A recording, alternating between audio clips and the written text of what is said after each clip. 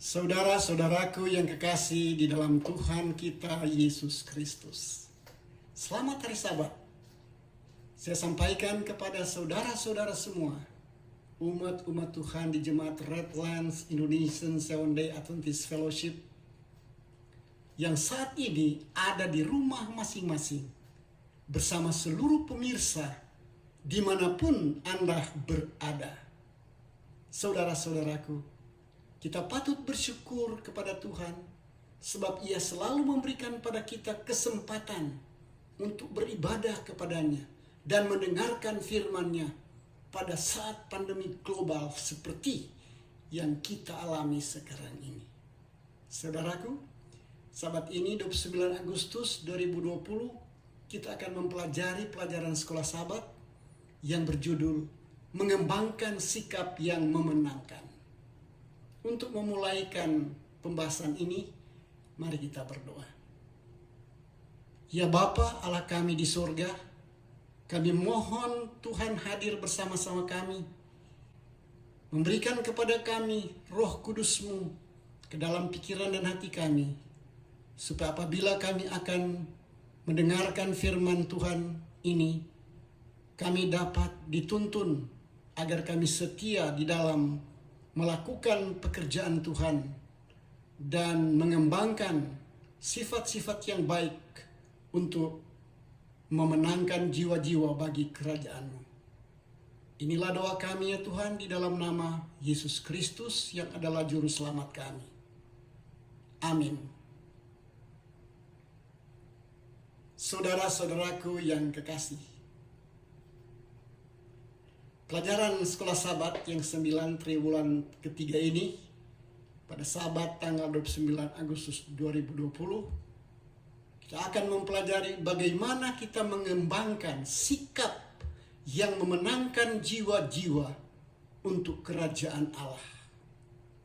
Ayat inti atau hafalan di dalam 1 Petrus 3 ayat 15. Tetapi kuduskanlah Kristus di dalam hatimu sebagai Tuhan, dan siap sedialah pada segala waktu untuk memberi pertanggungan jawab kepada tiap-tiap orang yang meminta pertanggungjawaban dari kamu tentang pengharapan yang ada padamu.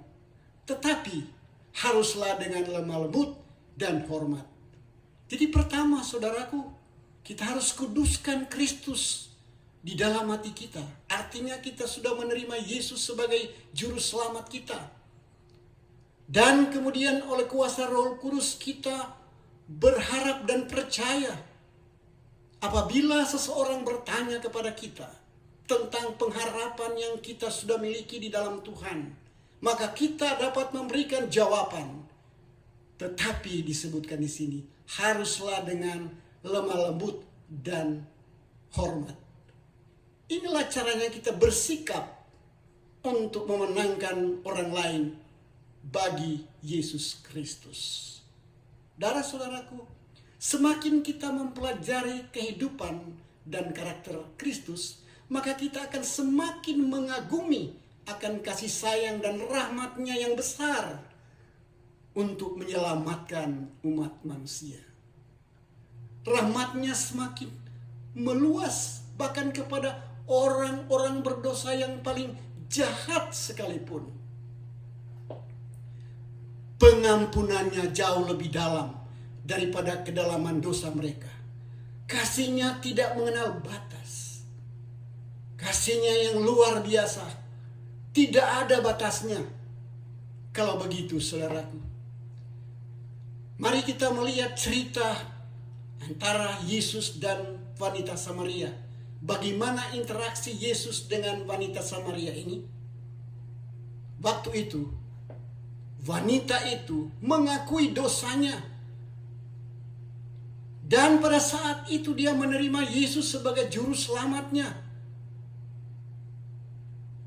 Dan kemudian setelah dia percaya bahwa dia adalah Mesias, dia adalah juru selamat dunia,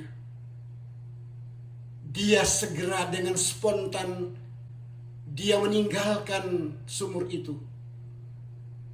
Buyung air yang dibawanya dia tidak bawa lagi. Dengan sukacita dia pergi masuk ke kota Sikar. Dia menyaksikan dan membagikan kabar selamat kepada orang-orang di dalam kota itu. Dan apa yang terjadi? Dalam Yohanes 4 ayat 39 dan 40. Hasilnya seluruh penduduk kota Sikar banyak yang datang kepada Yesus.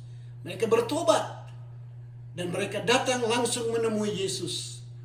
Yohanes 4 ayat 39. Dan banyak orang Samaria dari kota itu telah menjadi percaya kepadanya karena perkataan perempuan itu. Perempuan itu yang bersaksi.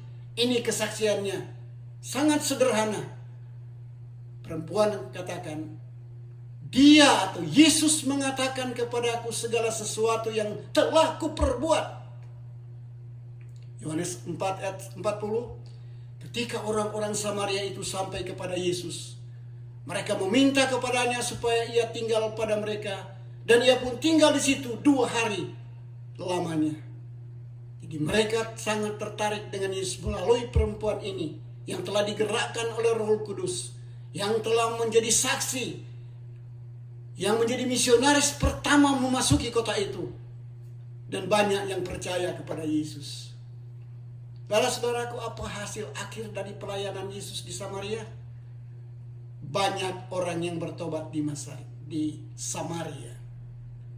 Diceritakan di dalam Kisah 8 ayat 4 sampai 5 dan ayat 14. Mereka yang tersebar itu menjelajah seluruh negeri itu sambil memberitakan Injil. Ayat 5. Dan Filipus pergi ke suatu kota di Samaria dan memberitakan Mesias kepada orang-orang di situ. Ayat 14, Kisah 8. Ketika rasul-rasul di Yerusalem mendengar bahwa tanah Samaria telah menerima firman Allah, mereka mengutus Petrus dan Yohanes ke situ. Saudara-saudaraku, telah dirobohkan dinding pemisah karena mereka tidak dapat bergaul bersama-sama. Tapi Yesus lewat wanita Samaria ini telah menghancurkan dinding pemisah kebudayaan, keagamaan, sehingga mereka bisa memasuki Samaria untuk pekabaran Injil. Saudaraku, murid-murid termasuk Filipus melewati Samaria sepintas saja. Disebutkan dalam ayat 5 tadi. Lalu memberitakan Mesias dan firman kebenaran di sana. Tapi Yesus melihat apa yang mereka tidak lihat. Tuhan menyadari bahwa Roh Kudus telah menyediakan hati seorang wanita Samaria. Oleh pertobatannya yang dramatis, telah menghasilkan banyak orang bertobat di kota itu. Saudaraku, sikap kita sangat menentukan kemampuan kita untuk mempengaruhi orang lain di dalam penginjilan, di dalam memenangkan jiwa bagi Tuhan. Sikap yang keras, kritis, dan tidak bersahabat akan membuat orang lain menjauh dari kita. Jagalah roh persahabatan. Sebaliknya, sikap positif dan bersahabat dan kepercayaan terhadap orang lain menarik mereka kepada kita, membawa mereka kepada Kristus, sehingga mereka dapat menerima kebenaran dari Tuhan. Saudaraku, penyesuaian sikap yang bagaimana yang harus ada? Sikap suka bersahabat seperti yang Yesus ajarkan. Yohanes 15 ayat 15, Yesus mengatakan, "Aku tidak menyebut kamu lagi hamba, sebab hamba tidak tahu apa yang diperbuat oleh tuannya. Tetapi aku menyebut kamu sahabat." Teman, sahabat, karena aku telah memberitahu kepada kamu segala sesuatu yang telah kudengar dari Bapa. Roh persahabatan ini ada di dalam Bapa, Anak, dan Roh Kudus. Yesus mengatakan, "Kamu adalah sahabatku, sama seperti aku telah memberitahukan segala sesuatu kepadamu, apa yang kudengar dari Bapakku, karena kami bersahabat." roh persahabatan sangat penting, saudara. Bagaimana, saudaraku, kita membagikan kebenaran dalam kasih yang penuh, dalam kebenaran yang daripada Tuhan. Rasul Paulus mengingatkan kita untuk membicarakan kebenaran di dalam kasih, kebenaran di dalam kasih karunia. Kita bertumbuh dalam segala hal yang cenderung kepada Kristus yang adalah contoh. Saudara-saudaraku, kita harus cenderung kepada Yesus. Sama seperti seorang pencuri di kayu salib, dia sangat cenderung kepada Yesus. Karena di sana dia menerima Yesus. Dan di sana dia bersaksi kepada temannya yang tersalib bersama dia. Engkau harus mempercayai Yesus. Kita patut menerima hukuman karena kita berdosa. Tapi Yesus ini tidak patut menerimanya. Dan dia memintakan kepada Yesus oleh imannya. Dia menerima Yesus dan mengharapkan pada waktu Tuhan Yesus datang. Nanti di kedatangannya yang kedua kali, dia bisa diselamatkan. Tuhan memberi jaminan kepadanya. Aku berkata kepadamu pada hari ini, kau akan bersama-sama dengan aku di dalam Firdaus.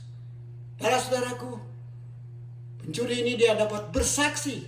Karena dia bertobat, dia bersaksi. Dia membagikan iman kepada temannya. Dan itulah yang terjadi saat-saat Yesus disalibkan. Efesus pasal 4 ayat 15.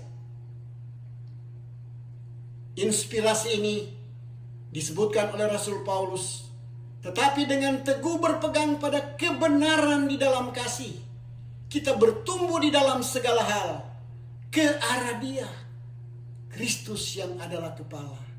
Dia adalah contoh, Dia adalah penuntun. Kita harus cenderung kepada ajarannya, cenderung kepada sifatnya yang lemah lembut, cenderung pada sifatnya yang penuh kasih dan maha pengampun. Dan itulah yang disebutkan sebagai pernyataan dari Nyonya Ellen G. White tentang hubungan positif dengan mereka yang kita mau menangkan bagi Yesus. Sangat luar biasa. Kata-kata inspirasi itu terdapat di dalam buku Testimonies for the Church, jilid 9 halaman 189. Mengatakan demikian. Jika kita mau merendahkan diri di hadapan Allah dan menjadi baik hati dan sopan serta lemah lembut dan mengasihani atau penuh belas kasihan, akan ada 100 pertobatan kepada kebenaran, di mana sekarang hanya ada satu. Jadi kita sangat mengharapkan apabila Roh Suci bekerja di akhir zaman ini, kalau ada orang-orang yang mau datang bertobat, bukan hanya satu tetapi 100. Itulah yang diharapkan, itulah yang disebutkan di dalam kata-kata inspirasi ini. Kalau begitu saudaraku, selanjutnya bagaimana kita menggambarkan dasar dari semua penerimaan. Penerimaan akan keselamatan, penerimaan adanya orang lain seadanya, penerimaan akan firman Tuhan atau pengajaran. Kesemuanya ini ya kita harus jadikan untuk kemuliaan nama Allah. Roma 15 ayat 7.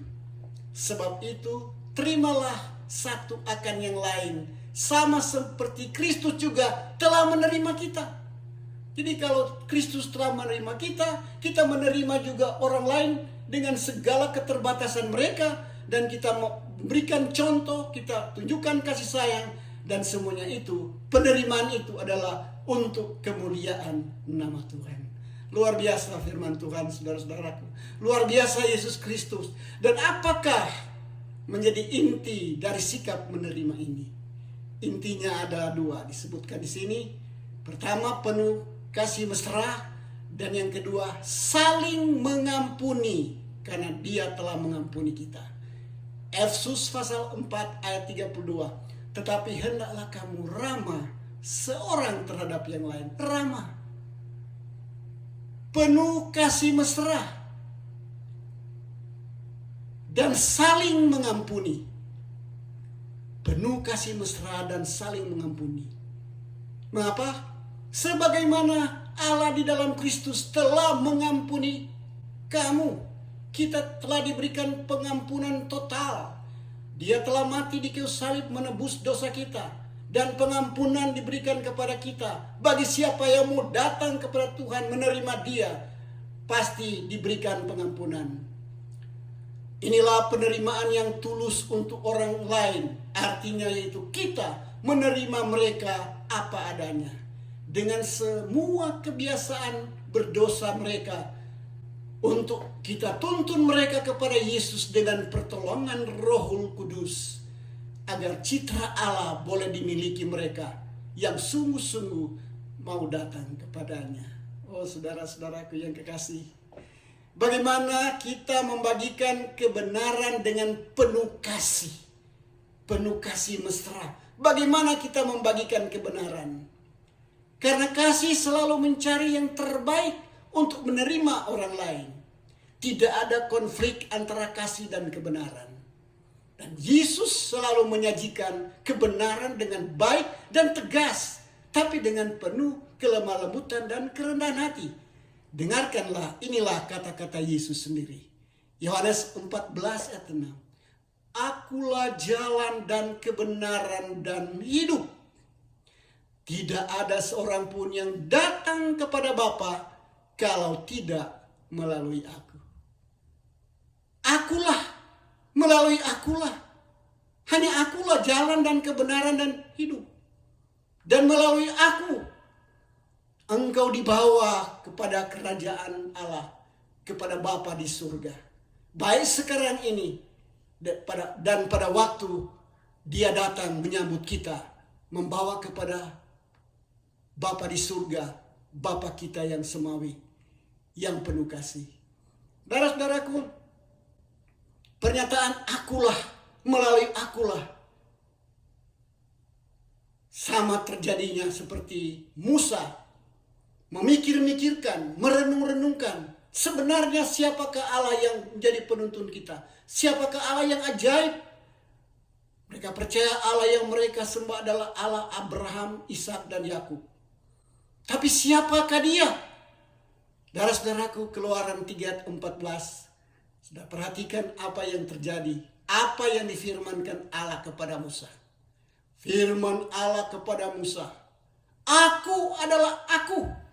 Lagi firman-Nya, beginilah kau katakan pada bangsa Israel itu, sampaikan berita ini, akulah aku, telah mengutus aku kepadamu. Jadi Dia datang mengatakan, sayalah itu aku, Allah yang kamu percaya. Aku adalah aku, akulah yang telah mengutus aku kepadamu. Jadi Dia adalah utusan surga. Tuhan sendiri datang kepada Musa dan menyatakan itu tentang keberadaan Allah. Sehingga secara spontan dan tegas, tapi dengan lemah lembut, Dia mengajarkan dan mengatakan kepada para pengikutnya, akulah jalan dan kebenaran dan hidup. Tidak ada seorang pun yang dapat diselamatkan atau datang kepada Bapa di surga kecuali melalui aku. Aku adalah jalan. Aku adalah kebenaran. Aku adalah kehidupan. Aku adalah pintu. Akulah gembala yang baik, penuntun kamu. Itulah Tuhan yang menyatakan dirinya kepada kita. Saudara-saudaraku, bagaimana pula kita membagikan kebenaran dengan penuh kasih? Saudara-saudaraku, Yesuslah satu-satunya jalan keselamatan itu. Sebab di dunia ini tidak ada nama yang lain. Hanya nama Yesus saja yang sanggup mampu menyelamatkan.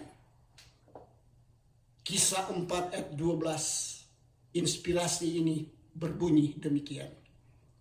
Dan keselamatan tidak ada di dalam siapapun juga selain di dalam Dia, di dalam Yesus Kristus. Sebab di bawah kolong langit ini tidak ada nama lain yang diberikan kepada manusia yang olehnya kita dapat diselamatkan. Dengan jelas menyatakan, hanya nama Yesus satu-satunya nama yang diberikan oleh malaikat surga sebagai juru selamat manusia. Pada saat utusan surga datang menemui Yusuf, di mana malaikat surga menyatakan kepada Yusuf bahwa istrinya Maria akan melahirkan seorang putra dan dialah juru selamat dunia. Disebutkan dalam Matthew 1 verse 21, and she or Mary shall bring forth a son, and thou shalt call him his name Jesus. His name Jesus, for he shall save his people from their sins. Hendaklah engkau menamai dia Yesus, karena dialah yang akan menyelamatkan umatnya dari segala dosa-dosa mereka. Berikan nama Yesus, nama yang terindah, nama yang ajaib, nama dari satu-satunya juru selamat, nama daripada penebus dosa. Tidak ada yang bisa melakukan itu di dalam cerita kitab suci, di dalam sejarah suci yang kita pelajari dan kita ketahui. Oh saudaraku, sungguh ajaib Yesus Kristus bagi kita. Yesus Kristus adalah nama yang indah, nama yang ajaib, nama yang mulia. Dia penebus manusia dari dosa. Saudaraku, bagaimana membagikan kebenaran dengan kasih, saudaraku? Rasul Petrus memperingati semua orang percaya untuk memberi pertanggungan jawab kepada setiap orang sehubungan dengan keselamatan mereka dengan lemah lembut dan hormat.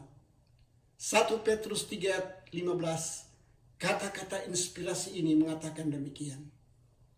Tetapi kuduskanlah Kristus di dalam hatimu sebagai Tuhan, dan siap sedialah pada segala waktu untuk memberi pertanggungan jawab kepada tiap-tiap orang yang meminta pertanggungan jawab dari kamu tentang pengharapan yang ada padamu, tetapi haruslah dengan lemah lembut dan hormat. Hanya satu syarat, saudara. Terima Yesus dan berikanlah pertanggungan jawab pengharapanmu kepada orang lain, tetapi haruslah dengan lemah lembut dan hormat. Saudaraku, bagaimana selanjutnya disebutkan kita membagikan kebenaran dengan penuh kasih. Rasul Paulus menuliskan pada suratnya kepada Timotius dan kepada Titus,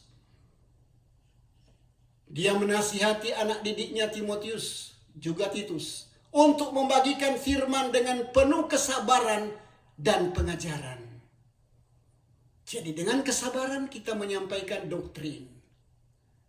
Sama seperti Rasul Paulus nyatakan itu kepada anak didiknya Timotius dan juga Titus. 2 Timotius 4 ayat 2. Beritakanlah firman, siap sedialah baik atau tidak baik waktunya. Nyatakanlah apa yang salah, tegurkanlah dan nasihatilah, tapi dengan syarat, dengan segala kesabaran dan pengajaran. Dengan sikap kita yang sabar, lemah lembut, rendah hati, dan berikanlah doktrin yang benar di dalam Alkitab. Paulus juga mengingatkan Titus bahwa kasih dan rahmat Tuhanlah yang menyelamatkan kita melalui kuasa Roh Kudus-Nya. Memerlukan Roh Kudus, saudara. Titus 3 ayat 5. Pada waktu itu dia telah menyelamatkan kita, bukan karena perbuatan baik yang telah kita lakukan, bukan, tapi karena rahmat-Nya, oleh permandian kelahiran kembali dan oleh pembaharuan yang dikerjakan oleh Roh Kudus. Kita memerlukan Roh Kudus untuk mengerjakan pembaharuan dalam hidup kita. Kita percaya pada rahmat-Nya, pada Roh-Nya, dan kita telah diselamatkan. Jangan kita pikir karena perbuatan kita yang baik, tetapi karena rahmat Allah di dalam kelahiran kembali dan pembaruan yang dikerjakan oleh Roh Kudus. Sungguh luar biasa Allah kita. Allah yang penuh kasih, rahmat-Nya yang begitu besar, memberikan kita pengampunan, memberikan kita Roh Suci untuk menolong kita, menuntun kita, menolong kita dan menghibur kita di tengah-tengah dunia yang penuh dengan kesusahan dan cobaan ini. Kita diberi kemenangan, diberi kekuatan, kita diberi kemampuan untuk menghadapi situasi apapun yang terjadi di hadapan kita. Saudara-saudara yang dikasihi Tuhan, kasih Kristus itu memberikan penghiburan dan kekuatan. Kasih-Nya yang sejati luar biasa. Dan itu telah menjadi kabar baik sejak zaman dahulu. Kabar baik dari Gembala yang agung itu. Dia membawa penghiburan bagi umat Tuhan. Yesaya 40 ayat 1. Dan pasal yang sama ayat 9 sampai 11. Ayat 1 Yesaya 40. Hiburkanlah umatku. Demikianlah firman Tuhan. Berita penghiburan dari surga, penghiburan di tengah-tengah dunia yang penuh dengan kesusahan, penyakit, dan mungkin kematian dan malapetaka apapun yang terjadi pada kita. Hiburkanlah umatku, demikianlah firman Tuhan. Ayat 9, hai Sion, hai jemaat pembawa kabar baik, naiklah ke atas gunung yang tinggi, hai Yerusalem pembawa kabar baik. Nyaringkanlah suaramu kuat-kuat, nyaringkanlah suaramu, jangan takut. Katakanlah kepada kota-kota Yehuda, lihatlah, itu Allahmu.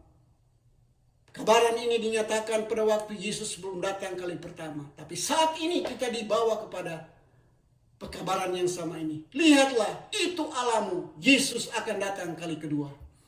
Ayat 10 disebutkan, lihat, itu Allah, Tuhan Allah. Ia datang dengan kekuatan dan dengan tangannya. Ia berkuasa.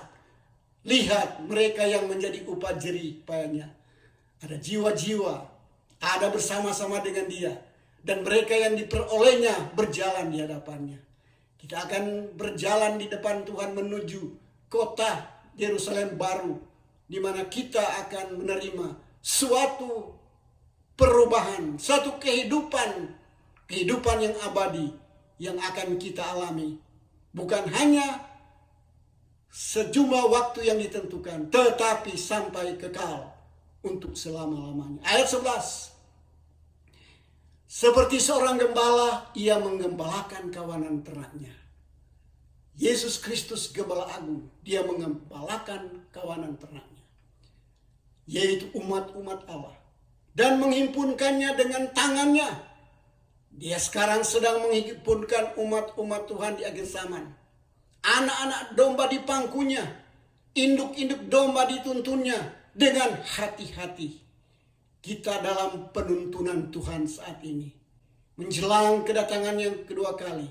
Dia telah mengirimkan Roh Suci untuk menuntun kita dari hari ke hari. Memberikan kita penghiburan. Memberikan kita kekuatan. Sehingga kita mampu menghadapi situasi apapun yang terjadi di hadapan kita. Saudara-saudaraku yang kekasih. Sungguh luar biasa firman Allah ini. Kristus, kasih Kristus seperti gembala mengasihi domba-dombanya. Ellen G. White dalam buku Alfa dan Omega jilid 6 halaman 484. Dengarkanlah kata-kata inspirasi ini. Dalam Kristus terdapatlah kelemah lembutan gembala dan anugerah yang tiada taranya dari juru selamat yang penuh kasih sayang. Oh, luar biasa. Itulah Yesus. Kasih sayangnya ditawarkannya dalam istilah-istilah yang paling menarik perhatian. Ia atau Yesus menawarkannya dalam cara yang paling menarik, guna membangkitkan kerinduan untuk memilikinya. Menolong kita supaya ada kerinduan memiliki Yesus, memiliki kerajaannya, memiliki suasana surga, suasana kehidupan kekal, suasana damai yang dimulai di dunia ini. Demikianlah hendaknya hamba-hambanya harus menawarkan kekayaan kemuliaan ini dari pemberian yang tidak terperikan itu. Tidak ada taranya. Inilah kasih Kristus yang ajaib, akan mencairkan dan menaklukkan hati. Kita menerima Yesus yang dapat mencairkan, memberikan sukacita, mencairkan hati yang keras, memberikan penghiburan kepada yang berduka, dan memberikan kekuatan kepada yang lemah. Saudara-saudaraku, Gembala Agung akan memberi upah bagi para gembala. Dalam 1 Petrus 3:3-4. Inilah nasihat bagi para pemberita Injil, gembala, ketua-ketua gereja, pimpinan-pimpinan jemaat. Di mana kita dengarkan apa yang dituliskan sebagai nasihat dan janji kepada para gembala, umat-umat Tuhan, para pemimpin umat-umat Tuhan di akhir zaman. Kita membaca di dalam 1 Petrus 5:3-4. Berbunyi demikian. Ayat 3. Janganlah kamu berbuat seolah-olah kamu mau memerintah atas mereka yang dipercayakan kepadamu. Tetapi hendaklah kamu menjadi teladan bagi kawanan domba itu. Sebagai pimpinan kita menjadi contoh, teladan kepada umat-umat Tuhan yang dipercayakan Tuhan untuk kita tuntun menuju ke surga. Ayat 4, maka kamu, pemimpin-pemimpin, gembala-gembala, apabila gembala agung datang, kamu sebagai gembala-gembala pembantu, kita semua yang dipercayakan, bapak-bapak, ibu-ibu, saudara-saudara, pimpinan, anggota, awam, kita dipercayakan menjadi gembala-gembala pembantu. Dan apabila gembala agung itu Yesus datang, dengarkanlah janji indah ini. Kamu akan menerima mahkota kemuliaan yang tidak pernah layu. Mahkota yang kekal, kehidupan abadi. Oh saudara-saudaraku, marilah kita mengembangkan sikap yang baik dan lemah lembut dari gembala yang agung, Yesus Kristus, untuk memenangkan jiwa-jiwa bagi kerajaannya yang kekal. Mulai saat ini, sampai Yesus datang menyambut kita semua ke surga yang mulia. Menjadi pengharapan dan doa kita semua. Terpujilah nama Yesus dari sekarang sampai selama-lamanya. Amin.